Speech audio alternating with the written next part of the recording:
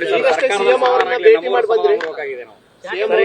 ನೀವು ಸಚಿವರಾಗಿದ್ದೀರಿ, ನಿಮ್ಮ ಸ್ನೇಹಿತರೆಲ್ಲರೂ ಕೂಡ ಈಗ ರಾಜೀನಾಮೆ ಕೊಡ್ಲಿಕ್ಕೆ ಮುಂದಾಗಿದ್ದಾರೆ. ನಮಗೆ ಸಚಿವ ಸ್ಥಾನ ಸಿಕ್ಕಿಲ್ಲ ಅಂತಂದೇಳಿ ಅವ್ರಿಗೆ ಏನ್ ಹೇಳಕ್ ಬಯಸ್ತೀರಿ ಸರ್? ಅದು ಎಲ್ಲರೂ ಸಚಿವರಾಗಬೇಕು ಅಂತ ಬಯಸೋದು ಅದು ರಾಜಕೀಯ ಧರ್ಮ. ಆದ್ರೆ ಎಲ್ಲರಿಗೂ ಕೊಡಕ್ ಸಾಧ್ಯ ಆಗಲ್ಲ. 34ನೇ ಸಚಿವರು ಕೊಡಬೇಕು. ಅದರಲ್ಲಿ 20 ಜನ 14 ಜನ ಕೊಟ್ಟಿದ್ರು, ಇನ್ನು 20 ಜನ ಕೊಡಬೇಕಾಯ್ತು. ನಾವು 45 ಜನ ಬಹಳ ಹೋರಾಟ, ಡೆಲ್ಲಿವರೆಗೆ ಎಲ್ಲ ನಾವು ನೋಡಿದ್ವಿ. 15-20 ದಿವಸ ಬಹಳ ಹೋರಾಟ ಮಾಡಿದೆವು, 2 ತಿಂಗಳು. ಆದರೆ ಅಂತಿಮವಾಗಿ ಎಲ್ಲ ಲೆಕ್ಕಾಚಾರ ಮಾಡಿ, ಜಿಲ್ಲಾ ಲೆಕ್ಕಾಚಾರ, ಜಾತಿ ಲೆಕ್ಕಾಚಾರ ಪ್ರತಿಯೊಂದನ್ನು ಮಾಡಿ ಕೊಟ್ಟಿದ್ದಾರೆ. ಇದು ಎಲ್ಲರಿಗೂ ಕೊಡ್ಲಿಕ್ಕೆ ಸಾಧ್ಯ ಆಗಲ್ಲ. ಹಿಂದಿತ್ತದು JH ಪಟೇಲ್ ಗೌರ್ಮೆಂಟ್ 64 ಜನ ಮಂತ್ರಿಗಳು ಮಾಡಿದ್ರು. ಅವಾಗ ರಿಸ್ಟ್ರಿಕ್ಷನ್ ಇರಲಿಲ್ಲ. ಈಗ ರಿಸ್ಟ್ರಿಕ್ಷನ್ ಬಂದಿದೆ. 34 ಜನದ ಮೇಲೆ ಮಾಡಂಗಿಲ್ಲ. ಅದರಿಂದ ಮಾಡೋಕ್ಕಾಗಿಲ್ಲ. ಬಹಳ ಜನ ಸ್ವಾಭಾವಿಕವಾಗೇ ಹತಾಶರಾಗ್ತಕ್ಕಂಥದ್ದು, ಅವರ ಮನಸ್ಸಿಗೆ ಬೇಜಾರು ಮಾಡ್ಕೊಳ್ತಕ್ಕಂಥದ್ದು ಸ್ವಾಭಾವಿಕ. ಅವ್ರಿಗೆಲ್ಲ ನಾನು ಪ್ರಾರ್ಥನೆ ಮಾಡ್ತೇನೆ. ನಿಮ್ಗೆ ಏನಾದ್ರು ಸೇಮ್ ಟಾಸ್ಕ್ ಕೊಟ್ಟಿದ್ದಾರೆ ಸರ್, ಹೋಗಿ ಮನವೊಲಿಕೆ ಮಾಡಿ ಅಂತ? ಕೆಲವು ಅಲ್ಲೆಲ್ಲ ನಾನು ನನ್ನ ಸ್ನೇಹಿತರು ಯಾರು ಇರ್ತಾರೆ ಅವ್ರಿಗೆ ಮನವೊಲಿಕೆ ಮಾಡ್ತೀನಿ. ಹಿಂಗಿರುತ್ತಪ್ಪ, ನಾವು ಎಲ್ಲ ಹೋದ್ ಸಾರಿ ಹಂಗ ಅಂದ್ಕೊಂಡಿದ್ದು. ಮುಂದೆ ಕಾಯೋಣ.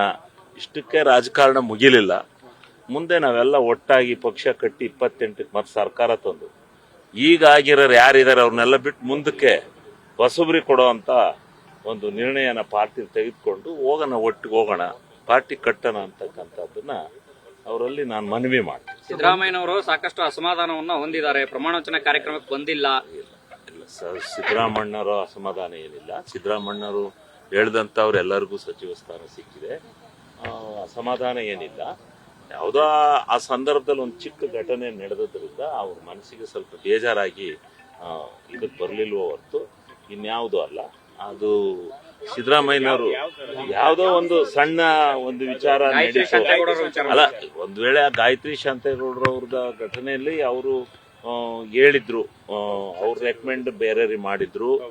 ನನ್ನ ಮಗನು MLC ಇದ್ದಾನೆ, ಅವಮ್ಮನು MLC, ಇಬ್ರು ಮಂತ್ರಿಗಳಾದ್ರೂ ಸರಿ ಹೋಗಲ್ಲ ಅಂತಕ್ಕಂಥದ್ದು ಒಂದೇ ಜನಾಂಗದಲ್ಲಿ ಇರ್ತಕ್ಕಂಥದ್ದನ್ನ ಭಿನ್ನಯಿಸ್ಕೊಂಡು ಅದು ಬೇಡ ಅಂತ ಅವರು ಹೇಳಿದ್ರು ಅಂತ ಕಾಣುತ್ತೆ. ಆದರೆ ಅವ್ರಿಗೆ ಹೈಕಮಾಂಡ್ ಹಾಕಿದಾಗ ಅವರು ಸ್ವಲ್ಪ ಮನಸ್ಸಿಗೆ ಇದಾಗಿತ್ತು. ಅದು ಅವರು ಬಹಳ ಬೇಡ ಅದು ಅಂತೇಳಿ ಹೇಳಿದ್ರು ಅಂತ ಕಾಣುತ್ತೆ. ಅದರಿಂದ ಹಂಗಾಗಿರ್ಬೋದು. ಹೊತ್ತು ಸಿದ್ದರಾಮಣ್ಣವರು ಬಹಳ ಹ್ಯಾಪಿ ಆಗಿದ್ದಾರೆ. ನಾವು ಎಲ್ಲ ಹೋಗಿ ರಾತ್ರಿ ಎಲ್ಲ ಮಾತಾಡಿದೀವಿ. ಬಹಳ ಸಂತೋಷವಾಗಿದ್ದಾರೆ. ರಾಜಣ್ಣ ಅವರು ಹೇಳಿದ್ದಾರೆ, ಬಂಗಾರಪ್ಪ ಅವ್ರನ್ನ ಇಳಿಸಿದ್ರು ಕೆಳಗೆ ಪಕ್ಷ ನೆಲಕ್ಕಸ್ತು, ವೀರೇಂದ್ರ ಪಾಟೀಲ್ ಅವ್ರನ್ನ ಇಳಿಸಿದ್ರು ಪಕ್ಷ ನೆಲಕ್ಕಸ್ತು, ಹಿಂದೆ ಯಡಿಯೂರಪ್ಪನವ್ರ ಕೆಳಗಿಳಿಸಿದ್ರು ಬಿಜೆಪಿ ನೆಲಕ್ಕಸ್ತು. ಹಂಗೀಗ ಸಿದ್ದರಾಮಯ್ಯನವರ ನಡವಳಿಕೆಯ ಮೇಲೇನೆ ಮುಂದೆ ಎಲೆಕ್ಷನ್ ಆಗುತ್ತೆ ಅನ್ನುವಂತ ಮಾತನ್ನ ಅದು ಈಗಲೇ ಯಾಕೆ ಅದು ಊಹೆ ಮಾಡ್ಕೊಳ್ಳೋಣ? ಅವರೇ ಹೇಳಿದಾರಲ್ಲ ಸರ್. ಅಲ್ಲಲ್ಲ, ಅವ್ರು ರಾಜಣ್ಣರ ಅಭಿಪ್ರಾಯ ಅವ್ರು ಹೇಳಿರ್ಬೋದು. ನಾವ್ ಈಗ ಯಾಕೆ ಅದನ್ನ ಕೆಟ್ಟದಾಗಿ ಪರಿಭಾವನೆ ಮಾಡ್ಕೋಬಾರ್ದು. ಯಾವತ್ತು ಪಾಸಿಟಿವ್ ಆಗಿರ್ಬೇಕು ಹೊರತು ನೆಗೆಟಿವ್ ಆಗಿರಬಾರ್ದು. ನೋಡೋಣ, ಮುಂದೆ ಕಾದ್ ನೋಡೋಣ. ರಾಜೀನಾಮೆ ಕೊಡ್ತೀನಿ ಅಂತ ಅಕ್ಸೆಪ್ಟ್ ಮಾಡೋ ಸರಿ.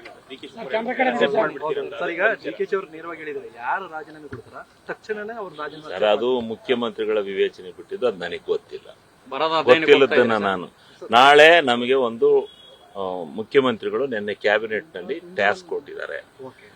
ನಮ್ಮ ಜಿಲ್ಲೆನಲ್ಲಿ ನೀವು ಹೋಗಿ 7 ತಾಲೂಕಿನಲ್ಲಿ 8 ತಾಲೂಕಿನಲ್ಲಿ ಬರ ಪರಿಹಾರ ಮತ್ತು ಏನು ಮಳೆ ಹಾನಿ ಉಂಟಾಗಿದೆ, ಅದರಿಂದ ಫ್ಲಡ್ನಲ್ಲಿ ಏನಾಗಿದೆ ಅದ್ರ ಬಗ್ಗೆ ಪೂರ್ಣ ವರದಿನ 2-3 ದಿವಸದೊಳಗಡೆ ನಮಗೆ ಸರ್ಕಾರಕ್ಕೆ ತಲುಪಿಸ್ಬೇಕು.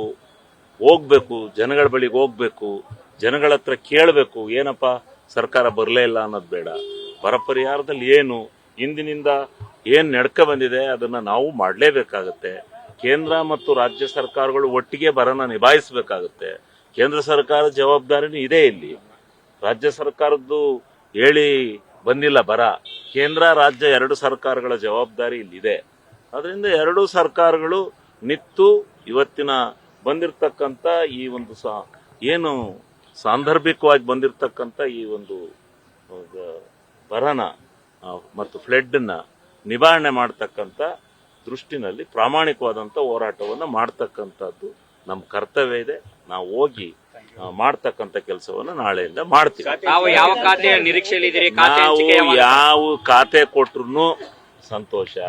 ಮುಖ್ಯಮಂತ್ರಿಗಳ ವಿವೇಚನೆ, ಅವ್ರು ಯಾವ್ದು ಕೊಡ್ತಾರೆ ಅದನ್ನ ನಿಭಾಯಿಸ್ತಾರೆ. ಎಲ್ಲರೂ ಹಿಂಗೆ ಹೇಳ್ತಾರೆ ಸರ್. ನಿಮ್ಮ ಒಂದು ಆಸಕ್ತಿ ಕ್ಷೇತ್ರ ಅಂತ ಇರುತ್ತಲ್ಲ. ಅಲ್ಲ, ಆಸಕ್ತಿ ಕ್ಷೇತ್ರ. ನಾನು ಹೆಚ್ಚಿಗೆ ಹೋರಾಟ ಮಾಡ್ತಾ ಇದ್ದದ್ದು ವಿಧಾನಸೌಧದಲ್ಲಿ ಕೃಷಿ ಬಗ್ಗೆ, ರೈತರ ಬಗ್ಗೆ ನಂದು ಯಾವಾಗಲೂ ಒಂದು ಕ್ವಶನ್, ಒಂದು ಸೆಷನ್ ಒಳಗೆ ಇದ್ದೇ ಇರೋದು. ಕೊಬ್ಬರಿ, ಇದು ಎಲ್ಲದ್ರ ಬಗ್ಗೆ ನಾನು ಹೋರಾಟ ಮಾಡ್ತಾ ಇದ್ದೆ. ಅದ್ರ ಬಗ್ಗೆ ಕೃಷಿ ಅನ್ನೋದು ನನ್ನ ಸಬ್ಜೆಕ್ಟ್. ಅದು ನಾನು ರೈತಾಪಿ ಕುಟುಂಬದಿಂದ ಬಂದಿದ್ದೀನಿ ಅಂತ ಬಿಟ್ಟು ಯಾವುದು ನಾನು 2 ಗಂಟೆ ಬಜೆಟ್ ಮೇಲೆ ಭಾಷಣ ಮಾಡ್ತಿದ್ದೆ. ಫೈನಾನ್ಸ್ ಬಗ್ಗೆನೆ ಇಡೀ ರಾಜ್ಯದ, ಇಡೀ ದೇಶದ ಬಜೆಟ್ನ ಹೇಳ್ತಾ ಇದ್ನಲ್ಲ ನಾನು. ಅಲ್ಲಲ್ಲ, ಅದೇನು ಮುಚ್ಚುಮರೆ ಹಿಡಿದ್ಯಾ?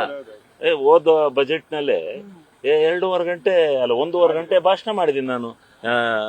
ಏನೇನು ಈ ದೇಶದಲ್ಲಿ ಏನೇನು ನಡೆದಿದೆ ಹಣಕಾಸಿನ ಬಗ್ಗೆ ಅಂತ, ರಾಜ್ಯದ್ದೇನು ಅಂತ ಹೇಳಿದ್ದೀನಿ. ಹಣಕಾಸು ಸಚಿವ ಸ್ಥಾನದ ಮೇಲೆ ಕಣ್ಣಿಟ್ಟಿದ್ರೆ ಸರ್, ಖಾತೆ ಮೇಲೆ. ನಾನು ಯಾವ ಖಾತೆ ಅಂತ ಹೇಳಲ್ಲ ಸರ್. ನನ್ನ ಯಾವ ಖಾತೆನ ಮುಖ್ಯಮಂತ್ರಿಗಳು ಪ್ರೀತಿ ವಿಶ್ವಾಸದಿಂದ ನನಗೆ ಪರಿಪಾಲನೆ ಮಾಡ್ತಾರೆ, ನನಗೆ ದಯಪಾಲಿಸ್ತಾರೆ, ಅದನ್ನು ನಾನು ಪರಿಪಾಲನೆ. ಯಾವಾಗ ಆಗ್ಬೋದು ಸರ್ ಖಾತೆ ಹಂಚಿಕೆ ಗೊತ್ತಿಲ್ಲ ಸರ್. ನಾವು ನಾಳೆ ಬರ ಪರಿಹಾರದ ಅಧ್ಯಯನಕ್ಕೆ ಹೋಗ್ತಾ ಇದೀವಿ ಅಂತ ಹೇಳಿ CM ಅವ್ರಿಗೆ ಹೇಳಕ್ ಹೋಗಿದ್ದೆ, ಹೇಳಿ ಬಂದಿದ್ದೀನಿ. ನಾಳೆ ಹೋಗ್ತಾ ಇದ್ದೀನಿ. ನ್ಯೂಸ್ ಫಸ್ಟ್, ನಿರ್ಭೀತಿಯಿಂದ ನಿಮ್ಮ ಪರವಾಗಿ.